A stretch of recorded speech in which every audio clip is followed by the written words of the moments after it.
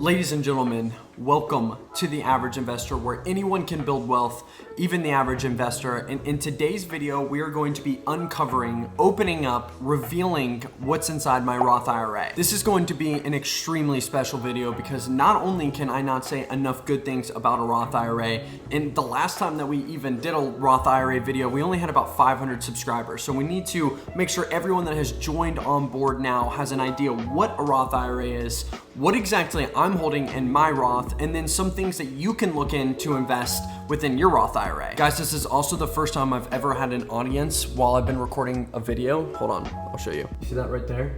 Hold on. Right there. See those guys right there? Awesome.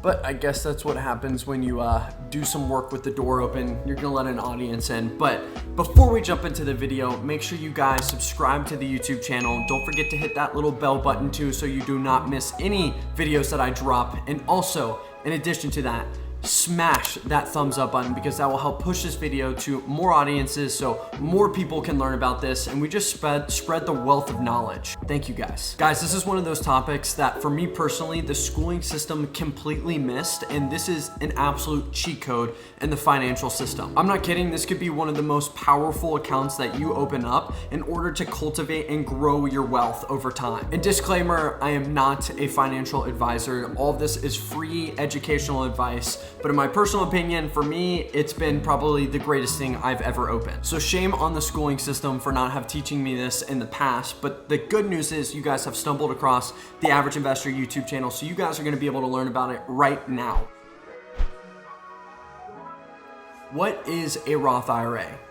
What a phenomenal question. A Roth IRA stands for an individual retirement account, and it's exactly that. It is a retirement account, something that you guys can set up right now from the comfort of your own house with your computer in your PJs, and it's extremely powerful. But why is the Roth IRA so powerful, you might ask? Well, you know when you have a Robinhood account or a public account, hit the link below, a public account set up and you see that you've gone up 10% already on your investment.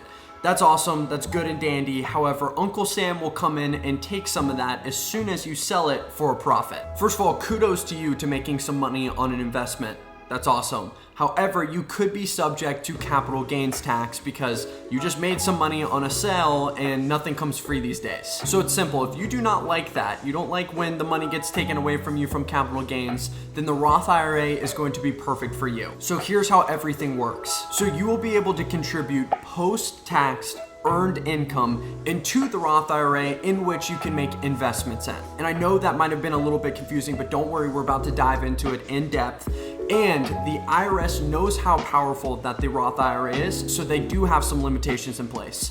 Let's go over those. First thing is you will only be able to contribute earned income. So this is W-2, 1099 income. This is like wages, salary, commission, tips, all of those things that are gonna be declared on your taxes and you've paid taxes on them. You can then take that money and then put them in the Roth IRA. So as long as you're falling under any of those pools, you will be able to contribute into your Roth IRA. The next limitation is actually an income limitation. So if you're making over, and this is in 2021, if you're single, if you're making over $140,000, you actually cannot contribute to a Roth IRA. And if you're married, then the limit is actually $208,000. So let's say you are rolling in the dough, you are killing it, you are bringing in more than that limit actually allows for. That's okay because you guys can still do something called a backdoor Roth IRA.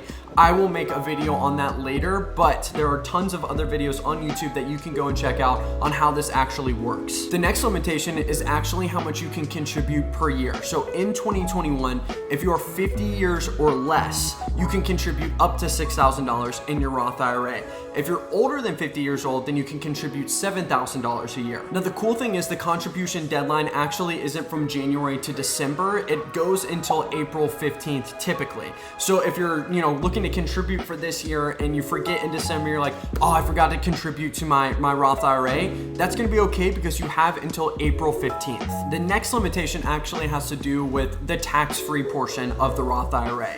So if you're putting money in there and you're investing within your Roth IRA, it can grow all the way up into 59.5. And as soon as you're 59.5, you can sell all those investments, take out all of those earnings and contributions completely tax-free. And for some of you, you might be sitting there like, dang it, I'm 18 years old, 59.5 seems so far away right now. But again, this is a retirement account. So this is for the long term, but there's so much room for growth. And if you weren't gonna be doing this in a Roth IRA, as soon as you turn 59.5 and you wanted to retire and you sold all those things, you were still gonna get taxed on all of those earnings. This is a way around that legally. Since you are contributing post-tax money into your Roth IRA, the cool thing is you can take out your contributions completely tax and penalty free. However, if you are younger than 59.5 and you do take out your earnings from the Roth IRA, you could be subject to tax penalties. Now that you have all the rules in mind, let's take a step back here and review the big picture. For most of us, when we're younger, we're gonna start at our entry-level jobs, and then over time, with more experience and more knowledge in the industry, you're gonna be growing professionally. As you're progressing in the business world, most likely you're gonna see an increase in income. Increase in income is awesome, however, you are going to probably see a change in tax bracket as you keep progressing. That being said, you're probably gonna be in a lower tax bracket when you're 18 years old as opposed to when you're 55. Now, I could be wrong, but for me personally, I'd much rather be paying my taxes in a lower tax bracket now instead of waiting and taking out my money when I'm older in a higher tax bracket and have to pay more then. And that's really the argument between a traditional IRA and a 401k versus a Roth IRA. You're not going to be paying your upfront taxes when you're contributing to a traditional IRA. So when you're 50 or 55 or whenever you do decide to take out not only your contributions but your earnings as well, you're going to be taxed all the way in that bigger bracket, most likely. But with a Roth IRA, you can pay your taxes when you're younger, when you're 18, when you're 20, when you're 25. And even if you are progressing through your business, progression and through the corporate world, you've already paid your taxes when you were 20, 30, and that money is growing tax-free within your Roth IRA. Okay, so enough about what a Roth IRA is. Now let's dive into what exactly I'm holding in my Roth IRA. For me personally, I have my Roth IRA account open in Vanguard, and I absolutely love them. They are a powerhouse company. The only negative that I have with them, and especially for beginning investors, is their index funds actually do have a $3,000 minimum. And if you're not looking to be that involved or invest that much money, I completely understand. That's why I've left an affiliate link down in my description for M1 Finance, and I'm pretty sure the minimum is only $100 with them. I absolutely love M1 Finance too, so all of the things that we're about to talk about now will apply to both of them, or any other brokerage firm that you have your Roth in or looking to open your Roth with. Okay, here's a screenshot of my Roth portfolio on July 14th, 2021, and in its current state. And as you can see at the bottom, our total is $21,290.82. I'll be doing periodic updates in the future to make sure we're still on the same page, and hopefully we're progressing or learning as time goes on. And as you can see at a quick glance, I'm only holding 5 things, and honestly, technically only 4. Starting off with VBTLX, which is Vanguard's Total Bond Index. I purchased that, and especially in my Roth, I wanted a safety net and security within my Roth IRA, especially if this is growing over time, and I'm really gonna be taking out the earnings when I'm 59.5. And yes, I may be stunting my long-term growth here by buying a bond. However, I wanna minimize my loss. Bonds are a great way to add some stability to a portfolio, and especially for a super long-term portfolio like this, I'm not worried about throwing a bond in there. Next, we have VGHCX, or the Healthcare Index Fund. I'm sure all of y'all watching and pretty much anyone in the world does not want to have another COVID situation. So I'm sure that a lot of institutions will be receiving a lot of funding. A lot of money is going that way. So I am betting on the healthcare system to only go up and grow over time. Next, we have VTSAX, which is Vanguard's Total Stock Market Index Fund. Now, I absolutely love this fund, and obviously this is the largest allocation in my Roth, and the reasons why I love it is because you can literally capture the total stock market with one purchase. Take the NFL for example here. If you're trying to bet on who is going to win the next Super Bowl, it's gonna be much easier to buy all of the teams and bet on all of the teams instead of one specifically. And that's really what I'm doing here with this fund. I'm buying the entire US stock market. So if a couple of companies crash and, go bankrupt, it's going to be okay because I have a lot of other companies that are hopefully going to be thriving. So I'm really just going to end up on top. And finally, we have VTTSX, which is a target date fund, and they are pretty cool. I'm so glad I got a target date fund in my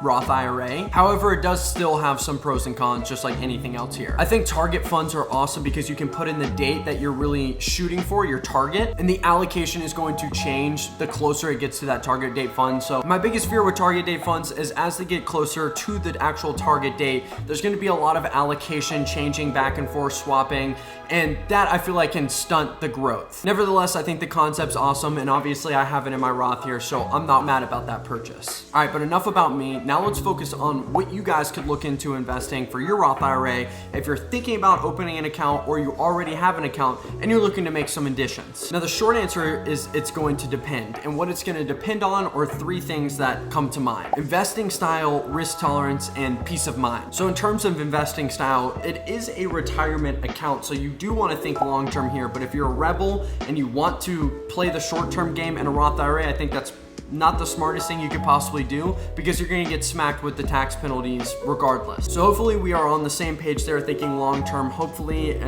we can shift that way because I think that's going to be the best bang for your buck. In terms of your risk tolerance, that's really going to depend on your age and what responsibilities you have. So for me as a 23-year-old, I might be able to take on some more risk as opposed to someone who's 55 who's looking at retirement around the corner. That's why my allocation could be more risky with a little bit of bonds as opposed to the 55-year-old who might be more focused on bonds with a little bit of stocks and index funds. So that's actually going to be completely dependent on you. And don't worry if you don't know what your risk tolerance is, there's a ton of different surveys and questionnaires that you guys can go and fill out online that will tell you guys what your risk tolerance is. Now that being said, and the last thing that I had on there was peace of mind. Even if a risk tolerance calculator or survey or questionnaire tells you that you're X amount, is it going to give you peace of mind? Because if it doesn't give you peace of mind, then it might not be in that risk tolerance, or you might want to hold more on cash, or you might want to be more conservative with your portfolio, or you might want to be a little bit more risky. You guys are going to have to come to that conclusion on your own. Take your time, do all of your research before actually diving in here. But now let's jump into the three most popular investment avenues. And let's clear up a quick misconception about Roth IRAs.